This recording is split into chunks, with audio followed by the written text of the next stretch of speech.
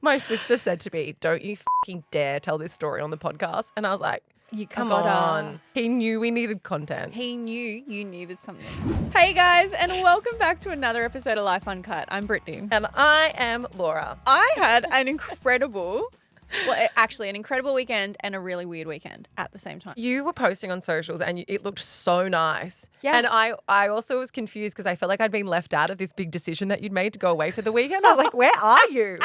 Why are you having such a nice time without me? I did see on 3 different mediums, Laura write to me, where are you, honey? What's going on, love? And I was like, does she think that I've like set up some big event without her? No, because I didn't get a reply. And then I kept seeing nice pictures. I was like, oh my God, I don't know where you are, but it looks amazing. So I messaged you on Instagram and I was like, hey, where are you? No reply. It's like you had FOMO. Left on scene. Then I messaged you in text. I was like, Britt, I don't know where you are, but it looks amazing. Where are you? And then you replied to everything else. I was like, why is she keeping the location a secret? I didn't intentionally mean to. I did go away for one night. That was it. I didn't go on this big... You really built that suspense in me, though. I enjoyed it. Yeah, I wanted to keep you on your toes. I went away for one night, not far. It was only like an hour and a half, but I had such a whole... I just needed to escape Sydney just for a hot second. I just wanted to get away. I hope you know that where you went to, Bundina, is still classified as Sydney. It is, but it's an hour and a half and there is nothing around. I was like farmland, like bushland. And I think I have decided on a new life direction. Country Brittany. Farmer Britt. I am going to be a trad wife. I'm going to be a trad wife. I baked my bread. We went and collected. We foraged for the 16 free-range chickens and we got the free-range chicken eggs and we made eggs onto our bread that we had baked. We collected the honey from the bee honey hive that is also there. I was looking out over into the hinterland and I was putting my bee honey and bread and I was like, I think I'm meant to be a trad wife. And then I came home and had a frozen meal for dinner. Britt, I have always thought those trad wives they've been hard done by in media. They really need someone like you to represent them. Do you reckon? No. I'd be like the modern day trad wife where I'd just do like one thing a day. No, I did genuinely come home reinvigorated and I was like, this is the new me. But will you serve your husband and have 17 children? Well, no, this is my point. I genuinely was like, I'm suited to this. Like, this felt so good. But then I did come home, and as soon as I got home, it was so stressful that I literally did have a frozen meal for dinner. And I was like, the trad life's not for me. Also, I think that there's a very big difference between trad wifing it or just living in the country, which sounds like you want to do. It doesn't sound like you want, you don't want the 7 kids part living on a farm with no internet. Like, that's not the part you want, vlogging your entire life. Actually, speaking of vlogging, we have a lot to talk about on today's episode. But Britt, I don't see the trad wife life for you. I just don't. Yeah, because you just don't see my 7 kids. I just see an aspect of it. I just go, can you actually deal with who I am? Collects 1 egg. She's like, trad wife. I also can't see you cleaning up a chicken coop. Can't see you milking a cow. I just can't see you doing any of the things that pertain to trad wife life. I can only see it if you have a Wi-Fi connection. Like, I think that's where you would draw the line. And hot bikinis. Dude, how do you think trad wives upload their trad life? Wi-Fi. They have internet. This is true. That's how they're so famous. It's very true. Well, look, our weekends were very different. I really don't know how to share this story with you. Oh, God. Okay. Just spit it out. I'm just going to go with it. So on the weekend, we did something that was, well, on one hand, it was very sentimental. And on the other hand, I don't know how to talk about it because I'm going to laugh and it's totally inappropriate. We scattered my grandparents' ashes on the weekend, right? Okay, so tell me when I laugh. I got the hard bit out first. So you guys you might remember, or if you've listened to the pod for a little while. So my papa passed away a few years ago. My nan passed away this year. They were literally parents to me. Like, I am and have been so close with my grandparents. I lived with them growing up. Like, they were my parental figures. Yeah. And so today... Yes, no, it wasn't today. It was yesterday. So yesterday, it was kind of a big deal and a big day and something that we've always known that we were going to do. And so my nan, for my entire life, would always make this joke. She would always say, when I die, just cremate me and throw me off Mount Kira.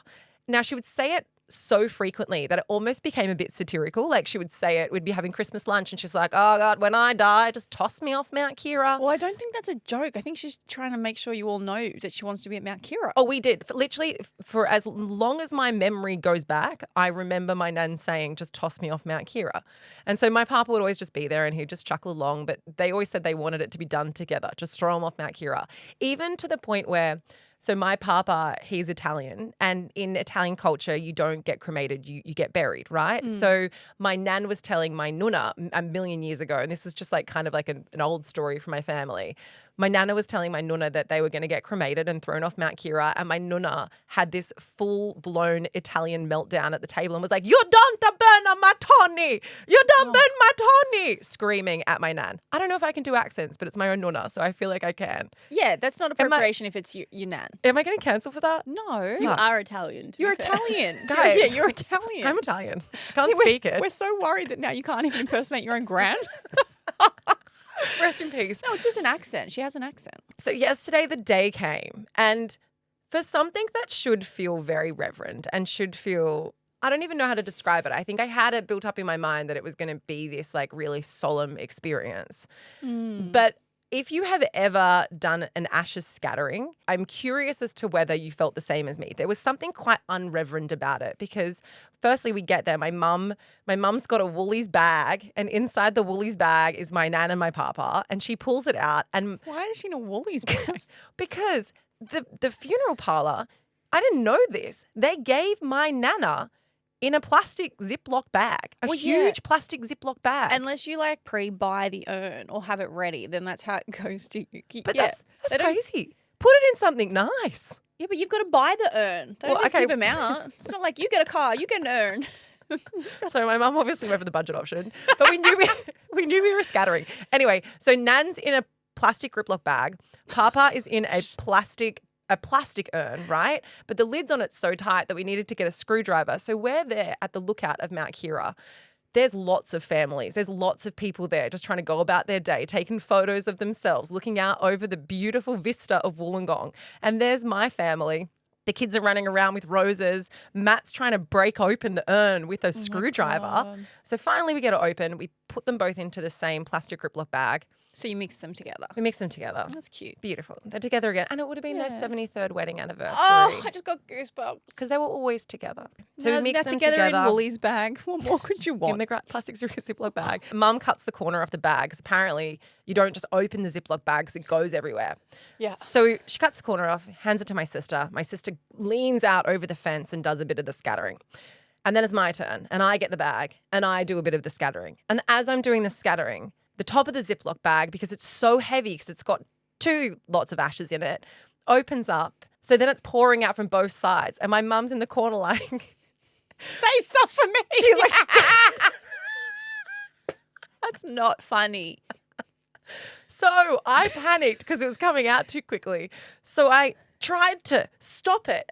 And as I tried to stop it, I flicked the bag and the ashes flicked up and went poof, In your face. straight down the front of me. Laura, did you eat Papa?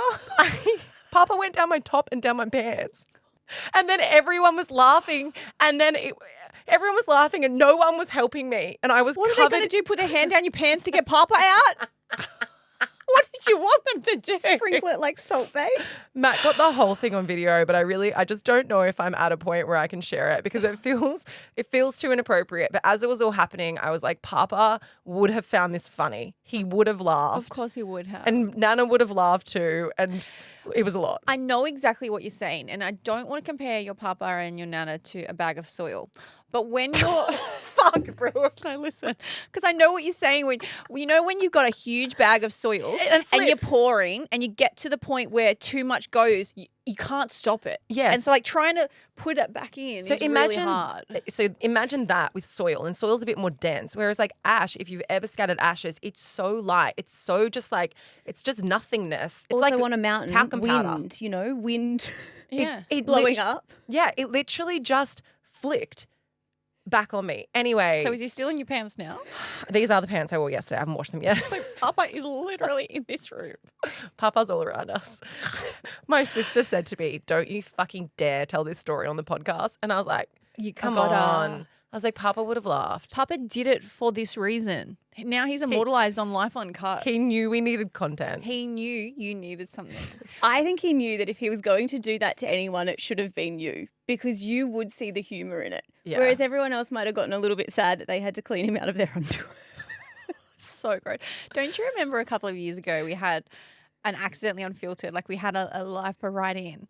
And she was like on the coastal walk on this like really romantic moment with someone, and she started to like make out with him, and they had this beautiful like date, and then they could feel something on them and around them, and they didn't know what it was. Well, the wind kicked up and they were covered in dust. Yeah, the wind, and there was like all this dust, and then they're like, what is this? And then they looked up and someone was spreading their ashes off a cliff, and it just went straight onto this couple that were trying to make out.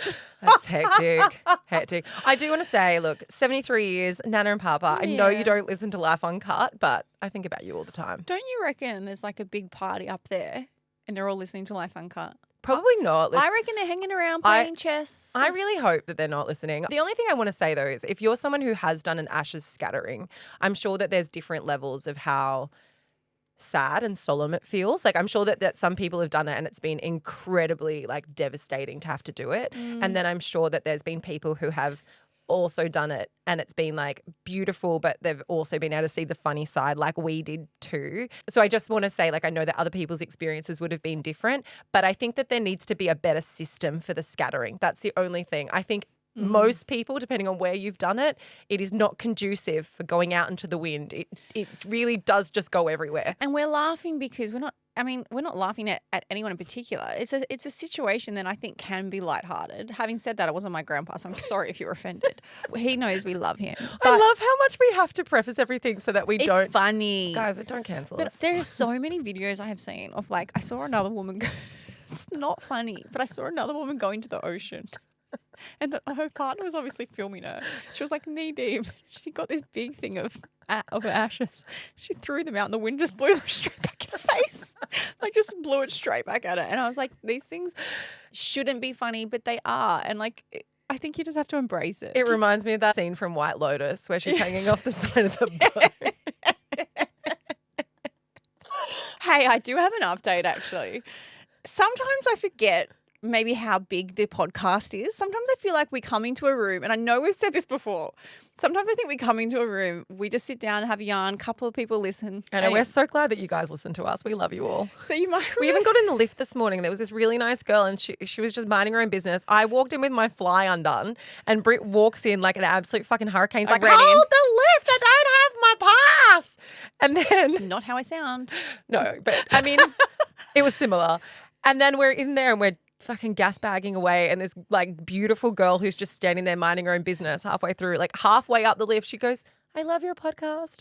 And I was like, oh, I forget that people sometimes we're in situations where listen. where they know.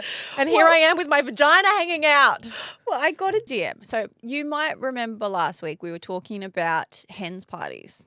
And the kind of hens party that we want. Now, I'm going to cast you back, Laura, because I can see that you've forgotten. We talk about so much on this podcast, I can't remember. Yeah, so we were joking about the kind of hens that I would want, which is pretty low-key. That's right. You wanted that stripper, the famous stripper. Yeah, the Channing Tatum Magic Mike stripper. Yeah, I remember. Okay. He heard it. I get a DM from Channing Tatum Magic Mike stripper. He's Fuck like, yeah. hey, heard you want me at your strip party. I'm there. Count me in, kiddo. Can you send me his details? Because he doesn't need Just to do Google it. Channing Tatum stripper. I was like, I don't know how to respond to this because I don't want to be locking in my own Magic Mike dancer. And I was like, I feel like this is inappropriate. But he's like, yeah, I got you. And I was like, wow, the world works fast, doesn't it? And he's like, yeah. He's like, a few people sent it to me saying you were keen for me. And I was like, wow. Life is, you have our back. Thank you for that. Thank you for doing the organizational work for me. So now he's keen. But what I do want to say is, well, You can't organise it yourself. You have to pass his details on to me, and as your producer, I will produce your hens party with the Magic Mike stripper. yes, I definitely can't organise the stripper myself. If Benny's going to listen to this and be like, Brittany, I heard you organising your own stripper. It's like, don't act shocked on the day. We're like, oh, who's this? How did he get here? And you specifically choose this one. You're like, I want him and only him. Hang on. He is hot. Yeah, but I want people to understand. I didn't put that. That was like one comment that we made on the podcast where I was like, I don't think I'd want a stripper. The only one I'd want is like a Magic Mike dancer that actually like he performs constantly like around Australia, overseas. He knows the moves. Stop. I think we need to just insert the actual audio here because that is not what you said. What Okay, you said listen. is you wanted the guy who looked like Channing Tatum. Insert audio here, Keeshia. Yes, exactly. Yeah. So you don't want strippers? I'm not opposed to a stripper, but like in the daylight still. I don't want to be drunk at midnight with a dick in my face. Who would be good, who I would approve? I actually have spoken to him before online.